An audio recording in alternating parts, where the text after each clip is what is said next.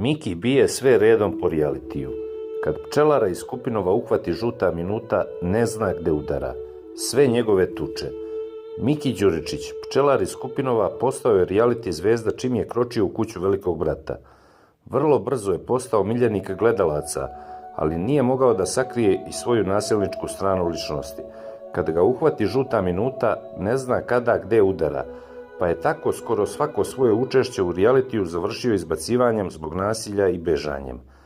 Miki, Marko Vanila na farmi, Miki je i tada obećao da više neće biti nasilan i izvinio se Cimeru.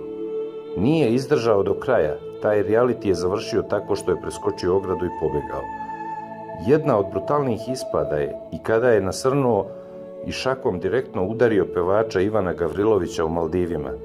Pčelar je napao i pobednika parova Nenada Marinkovića Gastoza.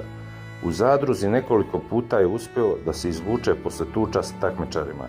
Poslednja je bila sa Lepim Mićom, a po društvenim mrežama i portalima kruže priče da je morao da daje izjavu policiji.